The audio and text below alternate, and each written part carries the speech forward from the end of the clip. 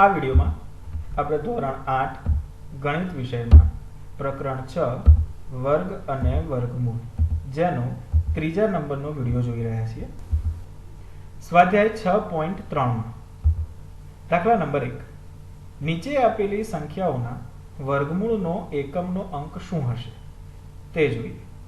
હવે આગળના સ્વાધ્યાયમાં આપણે આવો જ એક દાખલો આવ્યો હતો કે નીચે આપેલી સંખ્યાઓનો વર્ગ કરવાથી વર્ગ સંખ્યાનો એકમનો અંક શું હશે. જે એ નિયમ હતો બિલકુલ એ જ નિયમ અહીંયા પણ છે. 6.1 નો એ પણ એક દાખલો હતો અને અહીંયા પણ એક દાખલો છે. જોઈએ આપણને કઈ કઈ સંખ્યા આપી હોય એ જોઈ લઈએ. 9801 છે, 99856 છે, ત્યારબાદ 9,98,001 છે અને એક આ બીજી સંખ્યા આપી છે. હવે જોઈએ, જો અહીંયા એકમનો અંક 1 છે. આપણે આગળ બી જોયું હતું તો આનું વર્ગમૂળ કરો તો પણ એનો એકમનો અંક 1 જ મળવાનો છે. બરાબર છે. તો આગળ જઈએ. અહીંયા એકમનો અંક 6 છે તો 6 નું વર્ગમૂળ એટલે કે 6 વાળામાં પણ 6 જ હશે. અહીંયા પણ એકમનો અંક 1 છે અને અહીંયા 5 છે.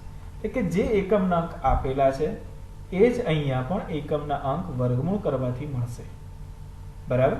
હવે ત્યાંથી આગળ જઈએ. દાખલા નંબર 2 માં જોઈએ. કોઈ પણ પ્રકારની ગણતરી કર્યા વિના જ એવું જણાવવાનું છે કે નીચેના પૈકી કઈ સંખ્યા પૂર્ણ વર્ગ નથી. 153, 257, 408, 441. હવે જુઓ, 153 એ પૂર્ણ વર્ગ સંખ્યા નથી. એનું કારણ શું છે?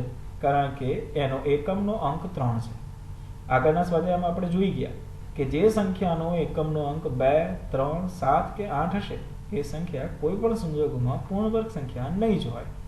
જો અહીંયા એના પછી 257 છે, એમાં પણ એકમનો અંક કોણ છે? 7 છે. એટલે અહીંયા પણ 2, 3, 7, 8 એ નિયમની અંદર 7 આવે છે તો આ પણ સંખ્યા પૂર્ણ વર્ગ સંખ્યા નથી. અહીંયા 8 છે તો નહીં જ હોય અને 1 છે તો પૂર્ણ વર્ગ સંખ્યા હશે ચોક્કસથી. આગળ આવે દાખલા નંબર 3 માં જોઈએ. પુનરાવર્તિત બાદબાકીની રીતે 100 અને 169 નું વર્ગમૂળ શોધવાનું. જેમ સરવાળો હતો અહીંયા શું કરવાની છે? બાદબાકી. આ થોડુંક અલગ છે પણ બહુ સરળ છે. જુઓ, અહીંયા મેં 100 ની પુનરાવર્તિત બાદબાકી કરી છે. કેવી રીતે કરી છે બરાબર જોજો. સંખ્યા 100 છે મારી. સૌથી પહેલા મેં 100 માંથી 1 બાદ કર્યા એટલે કે 99 મળે.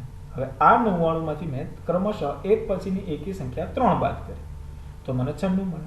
હવે એ 96 માંથી 3 પછીની એકી સંખ્યા મેં 5 બાદ કરી 91 મળે. જુઓ, એ પ્રમાણે જે જવાબ મળતો જાય છે એમાંથી ક્રમશઃ 7, 9, 74 એટલે મીન્સ 11, 51, પછી 13, 36 એ રીતે મેં બાદબાકી કરતા કરતા છેલ્લે 19 વધ્યા અને એ 19 માંથી ક્રમશઃ 17 પછીની 19 નંબરની એકી સંખ્યા મેં બાદ કરી તો મને 0 મળે.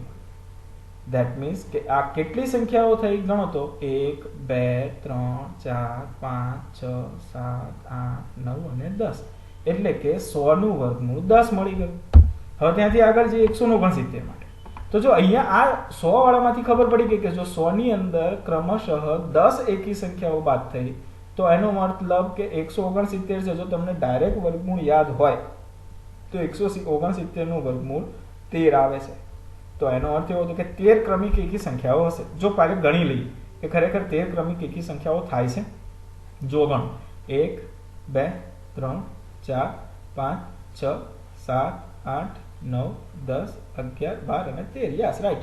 એનો અર્થ કે જો પહેલા ક્રમશઃ 1 તો 168, એમાંથી 3 165, 165 માંથી 5 બાદ કરે 160, પછી 7 બાદ કરે તો 153, એમાંથી 9 બાદ કરે તો 144, એમાંથી 11 બાદ કરે તો 133 આવે.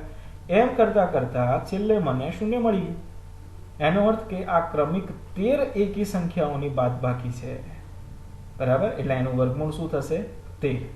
ચાલો હવે ત્યાંથી આગળ જઈએ. હવે જોઈએ નીચે આપેલી સંખ્યાઓનું વર્ગમૂળ અવિભાજ્ય અવયવની રીતે શોધવાનું છે. હવે આ દાખલો બહુ વધારે પડતો જ પૂછાતા હોય છે. આ રીતના દાખલાઓ જોઈએ કઈ રીતે હોય છે. અહીંયા એક સંખ્યા આપી છે આપણને 1764 અને એક બીજી સંખ્યા આપી છે 4096. જો 1764 નામે અવિભાજ્ય અવયવ પાડ્યા છે. આ અવયવ પાડ્યા તો આપણને આવડે છે. હવે 2 થી મેં ભાગ ચલાવ્યો તો મને 882 મળ્યા. એની માટે 2 થી ભાગ ચલાવ્યો 441 મળ્યા. 3 થી ભાગ ચલાવ્યો 147 મળ્યા. એમ કરતા કરતા તમને અહીંયા એક વિશિષ્ટતા એ જણાવી દઉં કે દરેકે એક વખત જે સંખ્યાનો ભાગ ચાલશે તો બીજી વખત પણ એ સંખ્યાનો ભાગ ચાલશે, એટલે કે દરેક સંખ્યા, દરેક અવિભાજ્ય સંખ્યા અહીંયા ક્રમશઃ લગભગ 2 વખત આવશે. અને આવશે ને આવશે. જો બબ્બેની જોડીમાં જ આવશે. જો 2 બી 2 વખત, 3 2 વખત અને 7 પણ 2 વખત.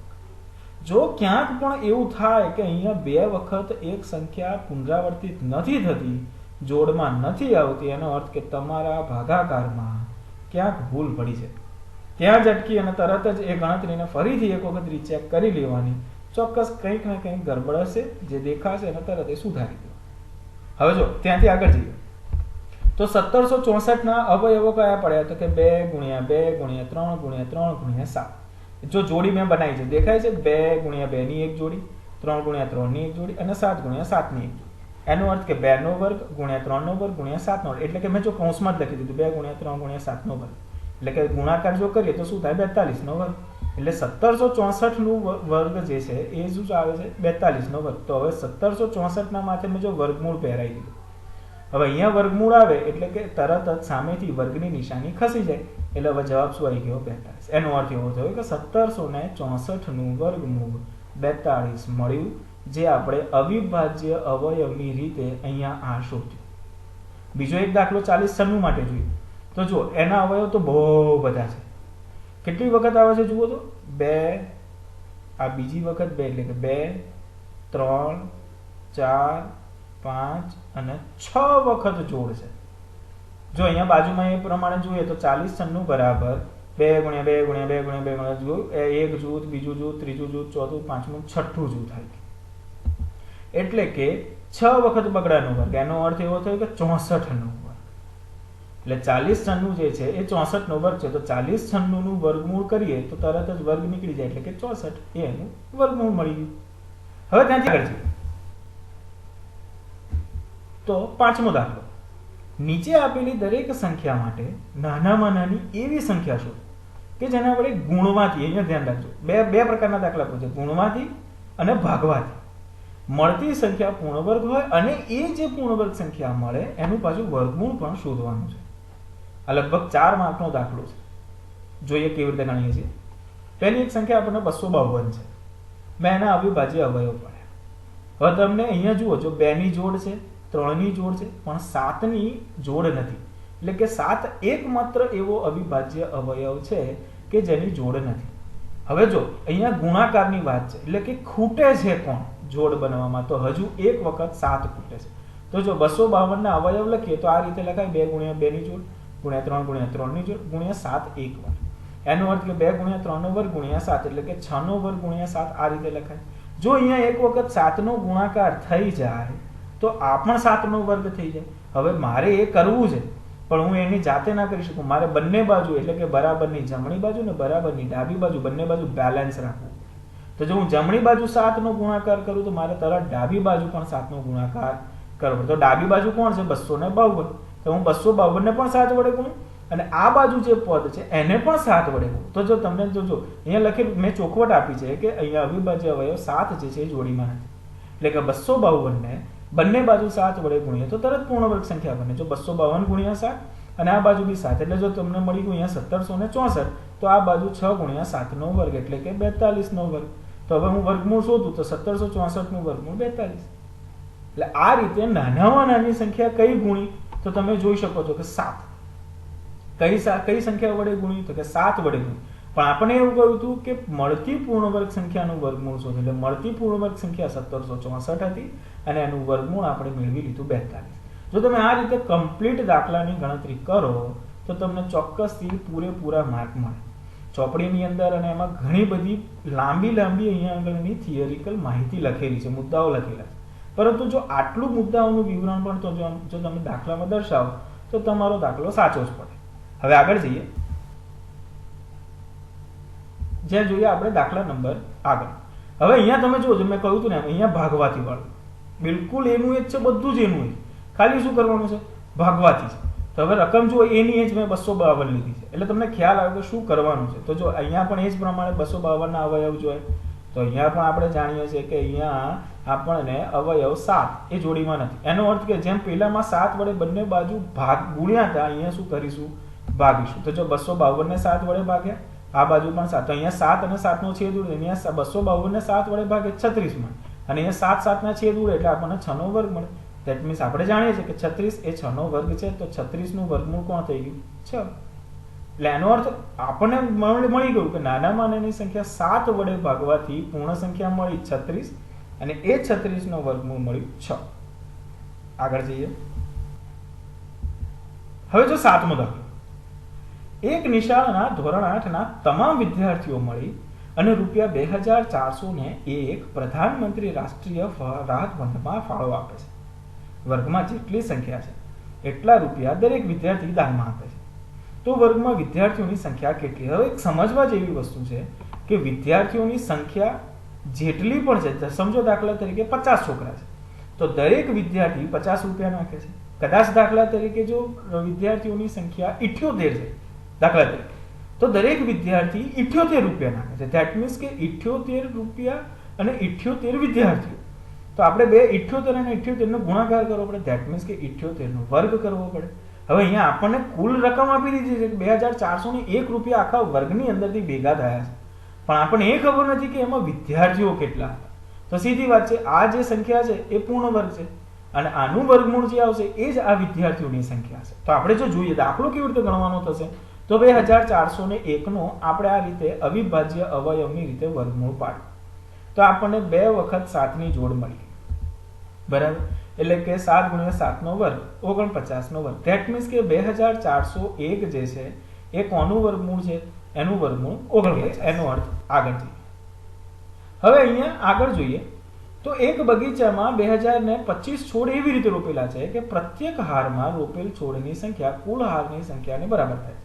તો પ્રત્યેક હારમાં રોપેલ છોડ અને કુલ હારની સંખ્યા શોધો. જો અહીંયા પણ આગળવાળા દાખલા જેવું છે, તો અહીંયા છોડની સંખ્યા 2025 છે. હવે આપણે ધારી લઈએ કે રોપેલ છોડની સંખ્યા x છે, તો દરેક હારમાં રોપેલ છોડ એ હારની સંખ્યા બરાબર છે, એટલે એનો અર્થ કે x × x એટલે કે x² છે. હવે x² કેટલા આવે છે? આપણને 2025.